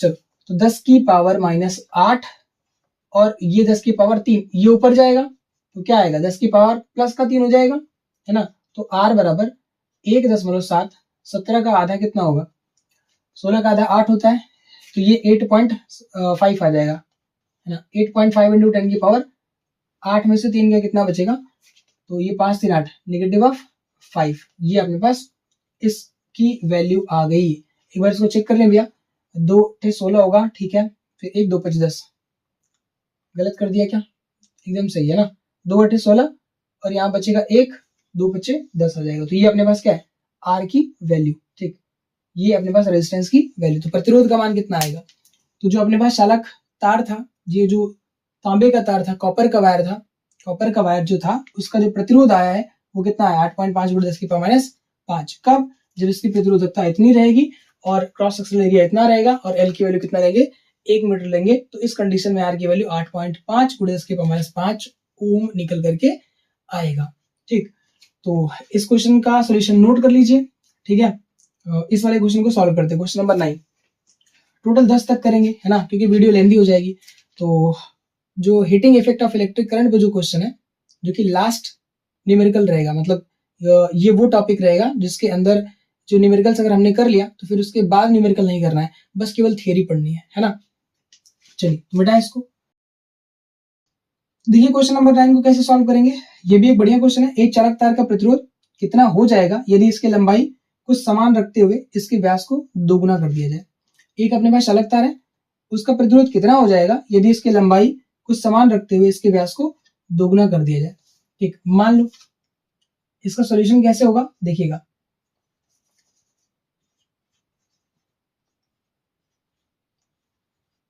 देखिए पहले अपने पास एक वायर लीजिए और इस वायर का लेंथ कितना हम मान लेंगे, इस वायर का लेंथ है L और इसका डायमीटर कितना है D। स्टार्टिंग में इसका जो व्यास है वो कितना है, स्मॉल d है। ठीक, अब बोल रहा है कि लंबाई सेम रखना है पर डायमीटर को डबल कर दो, डायमीटर हो गया डबल और लंबाई कैसी है अभी भी सेम, ये L है और ये भी कितना है, ये भी L है और ये भी कितना है, L ही है। ठीक, दोनों की लंबाई कितनी है, सेम, लग भी रहा होगा लंबाई कितना है, सेम। हाँ डायमीटर में चेंजेस आ गया है, ये D है तो ये कितना है 2D। ठीक, यहाँ पर रेजिस्टेंस वगैरह तो पहले बताया नहीं, कुछ नहीं लिखा है, बस केवल इतना बोला है कि भैया अगर कोई चालक तार है उसका व्यास पहले D था उसको डबल कर दिया, व्यास को क्या कर दिया, उसी चालक तार के व्यास को क्या कर दिया, डबल कर दिया। ठीक, पर लेंथ क्या है अभी भी सेम है, जितना पहले था उतना ही है। मतलब ये नहीं कि उसी को खींच दिया उसी तार को, नहीं, एक बार ये था इसी के जैसा एक दूसरा वायर लेके चला है। मतलब ये अगर कॉपर का वायर है तो ये भी किसका वायर है, कॉपर का। अगर ये एल्यूमिनियम का वायर है तो ये भी किसका है, एल्यूमिनियम का। दूसरा वायर उठा के लेके चले आए, खींचा बीचा नहीं है, यहाँ पे इसको खींचा नहीं है, दूसरा वाला उठा के लेके चले आए बस। तो यहाँ पे क्या चीज, यहाँ बोला है भैया कि इसका डायमीटर D, इसका डायमीटर 2D, तो इसका रेजिस्टेंस हम मान लेते हैं R है। शुरू में इसका प्रतिरोध कितना है, R है, और इस वाले का प्रतिरोध हमें निकालना है कि अगर इसको डबल कर दें, इसके लेंथ में बिना कोई परिवर्तन किए, तो बताओ इस वाले चालक तार का जो कि डबल होने के बाद आया है इसका प्रतिरोध क्या हो जाएगा। तो हम मान लेते हैं भैया इसका प्रतिरोध R डैश हो जाएगा। ये पहले R था, ये R डैश हो गया, पर R डैश का R से क्या रिलेशन है, कितना प्रतिरोध में चेंजेस आया, वो उसकी वैल्यू में यहाँ पे कैलकुलेट करनी है। तो इसका रेजिस्टिविटी, इस चालक तार की जो प्रतिरोधकता है वो तो नहीं बदलेगी, क्योंकि चालक तार की प्रतिरोधकता तब बदलती है, यानी रो की वैल्यू यहाँ पे, जो रो की वैल्यू है वही रो की वैल्यू यहाँ पे होगी। क्यों होगी, क्योंकि चालक तार का जो मटेरियल है वो सेम है, जो चालक तार का पदार्थ है, अगर ये एल्यूमिनियम का है तो ये भी एल्यूमिनियम का है, ये कॉपर का है तो ये भी कॉपर का है। इस केस में क्या होगा, जब चालक तार का मटेरियल नहीं बदलता है तो रो की वैल्यू नहीं बदलती है। ठीक, तो R बराबर क्या फॉर्मूला आएगा, रो L divided by A. R बराबर रो L डिवाइड बाई ए, इसको घेरना नहीं चाहिए है ना, ये तो फॉर्मूला है, R बराबर रो L डिवाइड बाई ए। अब यहाँ पे जो रो है वो रो L डिवाइड बाई जो ए है इसकी जगह पे क्या लिखेंगे, यहाँ पे एरिया निकालना है ना, तो इसका क्रॉस सेक्शनल एरिया कितना आएगा, पाई R स्क्वायर आएगा। पर जब R लिखने जाएंगे पाई R स्क्वायर तो इसका रेडियस हमें मालूम नहीं, पर डायमीटर तो मालूम है ना, इसका रेडियस, इसकी त्रिज्या तो नहीं पता है पर इसका व्यास पता है, और जो त्रिज्या होता है वो व्यास का कितना होता है, व्यास का आधा, त्रिज्या व्यास का आधा होता है, ये होता है व्यास, और ये होती है यहाँ से लेके यहाँ तक की त्रिज्या, व्यास और ये त्रिज्या पूरे व्यास का क्या होगा, हाफ, है ना। ये अपने पास त्रिज्या होती है और ये पूरा व्यास होता है, याद रखिएगा। चलिए, तो R बराबर यहाँ R स्क्वायर की जगह पे क्या रखेंगे, रो L डिवाइडेड बाई, क्या रेडियस की वैल्यू यहाँ पे, त्रिज्या की वैल्यू इस जगह पे D/2 आएगा क्या, तो मुझे D/2 का क्या करना पड़ेगा, होल स्क्वायर, है ना, D/2 का होल स्क्वायर करना पड़ेगा। ठीक, इसी तरीके से अगर हम R डैश निकालने जाए तो R डैश बराबर क्या होगा, रो L तो वही है, डिवाइड बाई क्या चीज, A आएगा, A की जगह पे A डैश लेंगे, इसका एरिया बदल गया है, A डैश ले लो, तो R डैश बराबर रो L डिवाइड बाई, क्यों बदल जाएगा भैया, क्योंकि इसका जो व्यास बदल गया तो इसका जो है अगर इसका व्यास बदला है तो इसका एरिया भी क्या हो जाएगा, बदल जाएगा, इसलिए A डैश लिख दिया ना, प्रतिरोध R डैश से लिखा था इसलिए एरिया को A डैश लिख दिया, L सेम है, रो सेम है ना, तो एरिया बराबर क्या होगा, ये होगा पाई R स्क्वायर, पाई R स्क्वायर। क्या इसके वाले रेडियस को R डैश बोल दे क्या, कोई फर्क नहीं पड़ेगा, R डैश का स्क्वायर, तो R डैश बराबर ये रेजिस्टेंस है रो L डिवाइड बाई पाई, क्या इस R डैश की वैल्यू इसके डायमीटर का हाफ होगा क्या, जो इसकी त्रिज्या है, इसकी जो त्रिज्या है वो इसके व्यास का आधा होगा क्या, तो क्या यहाँ पे 2D डिवाइड बाई क्या करना चाहिए, 2D डिवाइड बाई 2 करना चाहिए क्या, और इसका क्या चीज, होल स्क्वायर। ठीक, तो ये हो गया R डैश का, R डैश की जगह पे 2D डिवाइड बाई 2, उसका भी क्या चीज, होल स्क्वायर। तो R डैश की वैल्यू कितनी निकल करके आएगी, तो R डैश बराबर आएगा, यहां से R डैश बराबर आएगा रो L डिवाइड बाई क्या चीज, रो L डिवाइड बाई पाई, ये 2 से 2 कैंसल आउट, क्या बचेगा, पाई D स्क्वायर। क्या इसको भी मुझे सॉल्व कर लेना चाहिए था ना यहाँ पे, हाँ, तो R बराबर इसकी जो वैल्यू आएगी वो आएगी रो एल। देखो ये अपने पास पाई और क्या चीज डी स्क्वायर, नीचे आएगा 4, ये डी बटा के डी का स्क्वायर बटा क्या होगा 2 दुना के 4, तो ये 4 कहाँ जाएगा ऊपर, तो हम क्या कर ले यहाँ पे 4 से मल्टीप्लाई, तो यहाँ पे आया आर की वैल्यू और यहाँ पे आया क्या चीज रो की वैल्यू।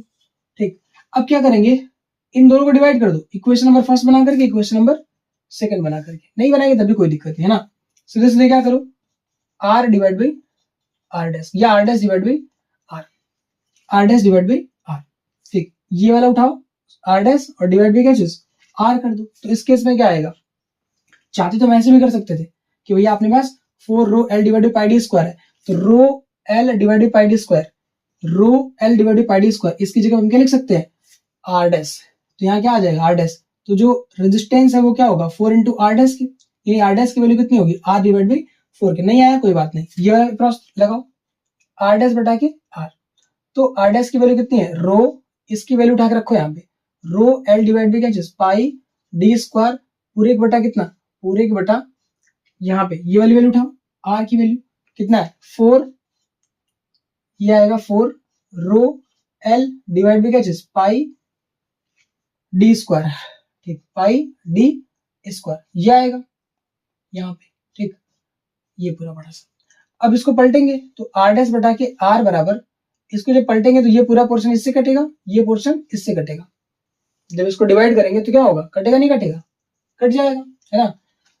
ध्यान से देखिए क्या क्या बचा बस भैया, यहाँ ऊपर बचा 1 और यहाँ बचा 4, तो ये 1 बटा 4 के कैसे भैया, अरे ये ऊपर जाएगा पाई डी स्क्वायर और ये 4 रो एल कहाँ रहेगा नीचे ही रहेगा, तो कितना आएगा ये वाला पोर्शन, जब वो पाई डी स्क्वायर ऊपर गया है तो पाई डी स्क्वायर से पाई डी स्क्वायर कैंसिल होगा और रो एल नीचे है तो रो एल से रो एल कैंसिल होगा और 1 डिवाइड बाई क्या बचेगा 4, तो आर डैश बराबर कितना आ जाएगा आर डिवाइड बाई 4। तो ये भी यहाँ भी कह रहा था, ये तो यहाँ भी कह रहा था कि रो L divide by pi D square की जगह पे ये भी यहाँ पे रो L divide by pi D square दिख रहा है और यहाँ पे भी रो L divide by pi D square दिख रहा है, तो क्यों ना ये वाली जो वैल्यू है अगर आर डैश के बराबर है तो क्यों ना हम इसकी जगह पे आर डैश लिख दे, तो क्या आ जाएगा आर बराबर 4 आर डैश, तो आर डैश की वैल्यू कितनी आ जाएगी आर डैश बराबर आ जाएगा आर डिवाइड बाई 4। तो इस तरीके से भी आंसर आ रहा है, ऐसे भी आंसर आ रहा है और ऐसे भी आंसर आ रहा है, जिससे लाना चाहे उससे आप ला सकते हैं। तो ये रहा इसका क्या चीज पूरा सॉल्यूशन। ठीक, इस वाले क्वेश्चन का लास्ट क्वेश्चन की तरफ बढ़ते हैं जो कि 10वां क्वेश्चन है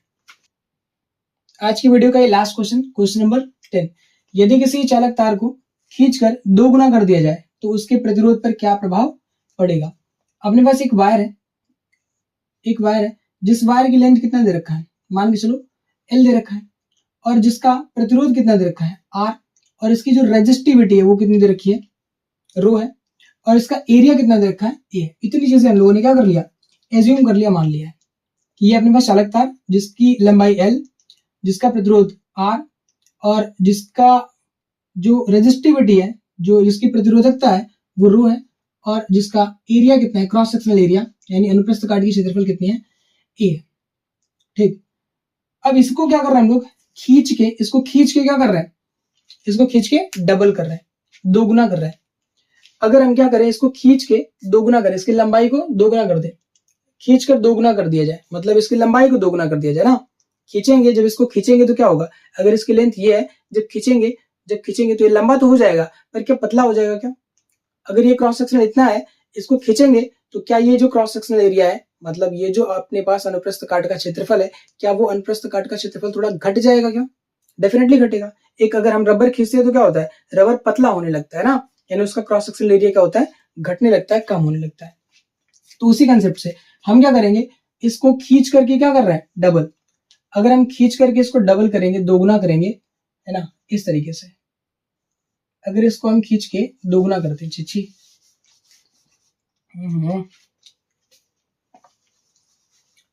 इसको खींच के हमने क्या कर दिया 2 गुना, ऐसे अगर खींच करके हमने इसको डबल कर दिया 2 गुना कर दिया, मान लिया कि 2 गुना है ये, तो इसकी लेंथ कितनी हो गई 12, पर इसका क्रॉस सेक्शनल एरिया उसी के साथ घटा है क्या। तो याद रखिएगा अगर ये डबल होगा तो ये जो क्रॉस सेक्शनल एरिया है अगर ये 2 गुना होगा चालक तार, तो इस चालक तार का जो ये अनुप्रस्थ काट का क्षेत्रफल है वो आधा हो जाएगा। अगर ये 3 गुना होगा, मतलब अगर लेंथ को डबल करते हैं तो एरिया क्या होता है साथ ही साथ घटता है, लेंथ बढ़ाएंगे तो एरिया क्या होगा घटेगा, एरिया कितना हो जाएगा हाफ। अगर हम लेंथ को कितना करते हैं ट्रिपल, तो एरिया कितना हो जाएगा 1/3। अगर हम लेंथ को कितना करते हैं 1/3, तो एरिया कितना हो जाएगा, इसका उल्टा चलता है। एरिया कैसे चलेगा भैया, उल्टा। ये देखो लेंथ क्या कर दिया 1/3 घटा दिया है, अगर लेंथ घटा देंगे तो एरिया क्या हो जाएगा, बढ़ जाएगा। कितना बढ़ जाएगा भैया, 3 टाइम्स हो जाएगा, पहले का 3 टाइम्स हो जाएगा। ठीक, पहले का 3 टाइम्स हो जाएगा, 3 गुना हो जाएगा। ठीक है, अगर ये लेंथ 1/3 होगा तो एरिया कितना होगा 3। अगर लेंथ कितना होगा 2 गुना, तो एरिया कितना होगा, एरिया कितना होगा 1/2 गुना। अगर लेंथ होगा 4 गुना, तो एरिया कितना होगा 1/4 गुना, याद रखिएगा। तो यहां सब कुछ माना था, तो आर बराबर कितना आएगा, रो एल की वैल्यू एल डिवाइड बाई क्या ए, ये आया रेजिस्टेंस का वैल्यू। पहले चालक तार में जब नहीं खींचा था तो इसका प्रतिरोध रो एल डिवाइड बाई ए था। ठीक, अब जब खींच दिया है तो इसकी वैल्यू मान लो कितना आ गया आर डैश। खींचने के बाद प्रतिरोध इसका चेंज हो जाएगा, क्यों, क्योंकि लंबाई बदलेगी और क्रॉस सेक्शनल एरिया भी बदलेगा, दोनों एक साथ बदलेगा ना। तो इस वजह से क्या होगा, इस आर डैश की वैल्यू पहले के रिस्पेक्ट में, इस आर डैश की वैल्यू यानी इस चालक तार की आर डैश की वैल्यू, प्रतिरोध की वैल्यू पहले के रिस्पेक्ट में कितना हो जाएगी। तो क्या कैसे लगाएंगे इसको, तो आर डैश बराबर, अच्छा यहाँ पे क्या सेम रहेगा, रो सेम रहेगा, क्यों क्यों क्यों, क्योंकि ये चालक तार और ये तार इसी को तो खींच के बड़ा किया है ना, तो मटेरियल दोनों का क्या है सेम, और मटेरियल सेम रहेगा तो रेजिस्टिविटी की वैल्यू चेंज होने वाली नहीं है। याद रखना, रो की वैल्यू तब बदलेगी जब क्या होगा, या रो की वैल्यू तब तक सेम रहेगी जब तक क्या रहेगा, मटेरियल जब तक मटेरियल सेम तब तक रो की वैल्यू सेम है ना। जैसे मटेरियल चेंज वैसे ही क्या चीज, रो की वैल्यू भी चेंज हो जाएगी। और भी फैक्टर्स पे डिपेंड करता है रो, टेम्परेचर भी करता है, पर यहाँ अपने सिलेबस में नहीं है ना। तो आर डैश बराबर क्या होता है, आर डैश बराबर रो तो सेम रहेगा, एल की जगह पे आएगा 2l और डिवाइड बाई ए की जगह पे क्या आएगा, ए डिवाइड बाई 2 है ना। रो एल डिवाइड बाई ए की जगह पे ए बटा के 2। ठीक, तो आर डैश बराबर कितना आ जाएगा, ये 2 जाएगा ऊपर, 2 2 कितना हो जाएगा 4, 2 दूना के 4 ना, 2 दूना 4, और यहाँ पे क्या चीज रो एल बटा क्या चीज ए। तो ये आया अपने पास आर डैश का वैल्यू, आर डैश बराबर ये। अच्छा, इसमें और इसमें अब कंपेयर करना है, जो पहले मेथड लगाया था R dash divide by R वो लगा सकते हैं, या सीधे सीधे क्या चीज, जहां रो एल डिवाइड बाई ए लिखा है इसी की जगह पे हम क्या लिख सकते हैं आर। तो सीधे सीधे अगर आंसर चाहे तो क्या लिख सकते हैं 4, इस पूरे की जगह पे हम क्या टिका सकते हैं, ये पहले वाली वैल्यू ना। तो आर डैश की वैल्यू किसके बराबर होगी, जो इस वाले चालक तार का प्रतिरोध होगा वो पहले वाले चालक तार के प्रतिरोध का कितना गुना हो जाएगा, 4 गुना। अगर पहले आर था तो बाद में कितना हो जाएगा 4r। यानी जब इसको खींच के बढ़ाएंगे तो एरिया भी घटेगी और लेंथ क्या होगा बढ़ेगा, एरिया भी घटेगी और लेंथ क्या होगा बढ़ेगा। तो इस वजह से क्या होगा, जो आर की वैल्यू लेंथ के डायरेक्टली प्रोपोर्शनल होता है और क्रॉस सेक्शनल एरिया की क्या होता है इनवर्सली प्रोपोर्शनल। अगर लेंथ बढ़ाएंगे तो रेजिस्टेंस भी बढ़ेगा, लेंथ बढ़ाएंगे तो रेजिस्टेंस बढ़ेगा, है ना। तो जब लेंथ बढ़ा रहे हैं तो इसी के साथ एरिया घट रहा है, और एरिया घटेगा तो रेजिस्टेंस फिर से क्या होगा बढ़ेगा। यानी जब लेंथ बढ़ाओगे तो प्रतिरोध तो बढ़ेगा ही बढ़ेगा, साथ ही साथ लेंथ बढ़ाने पर एरिया घटता है, इसीलिए एरिया घटने पर रेजिस्टेंस क्या हो जाएगा फिर से बढ़ जाएगा। नहीं समझ आया, फिर से सुनो, लेंथ बढ़ाएंगे तो रेजिस्टेंस बढ़ेगा, ये तो फिक्स है, इसका रिलेशन है ना, इसका संबंध है। अब यहां बोला भैया एरिया से भी रिलेशन है, प्रतिरोध का जो संबंध है वो क्षेत्रफल से भी है, एरिया से भी है। तो अगर हम क्या करेंगे, इस क्षेत्रफल को घटाएंगे तो एरिया की रेजिस्टेंस की वैल्यू क्या होगी, प्रतिरोध की वैल्यू क्या होगी बढ़ जाएगी, ये हमें पता होना चाहिए। ठीक, इसके बाद क्या चीज मैंने बोला कि भैया लेंथ बढ़ाओगे तो एरिया तो अपने आप घटेगा, लेंथ बढ़ेगा तो एरिया अपने आप घटेगा। अगर लेंथ बढ़ेगा एरिया घटेगा, लंबाई बढ़ेगा क्षेत्रफल घटेगा, तो ये बढ़ने से ये बढ़ेगा, ये घटने से भी क्या होगा ये बढ़ेगा। ठीक, याद रखना। ठीक, तो यहाँ पे जो R dash divide by R की वैल्यू आएगी, अगर इस तरीके से लगाना चाहें तो 4 rho L divide by A होगा और होल डिवाइड बाई क्या rho L divide by A. तो ए से ए क्या होगा कैंसिल, रो एल से रो एल क्या होगा कैंसिल, तो आर डैश बराबर कितना आएगा, इसको मल्टीप्लाई कर दो 4 आर के बराबर, तो ये अपने पास आर डैश। ठीक, तो ये था अपने आज के वीडियो का लास्ट क्वेश्चन। अब ये वीडियो करीब करीब जो है 1 घंटा 20 मिनट या 25 मिनट की बन गई है और 1:30 बज रहा है करीब करीब, तो इसको आज यहीं पे करते खत्म। ठीक, अगली वीडियो के अंदर हम लोग करेंगे heating effect of electric current, यानी विद्युत धारा के उष्मीय प्रभाव से संबंधित जो न्यूमेरिकल्स है, H बराबर I स्क्वायर RT पे P बराबर W/T वाले पर, ठीक। और एनर्जी जो कंज्यूम होता है, एनर्जी खर्च होती है, ऊर्जा जो कंजम्पशन होता है, ठीक, ऊर्जा का जो खपत होता है, ठीक, उस पर हम लोग जो है क्वेश्चन करेंगे और वो हमारा क्लास 10th का लास्ट टॉपिक होगा, ठीक, मतलब न्यूमेरिकल के बेस पर, ठीक, वो अपना लास्ट टॉपिक है, ठीक है। तब तक के लिए ओके बाय।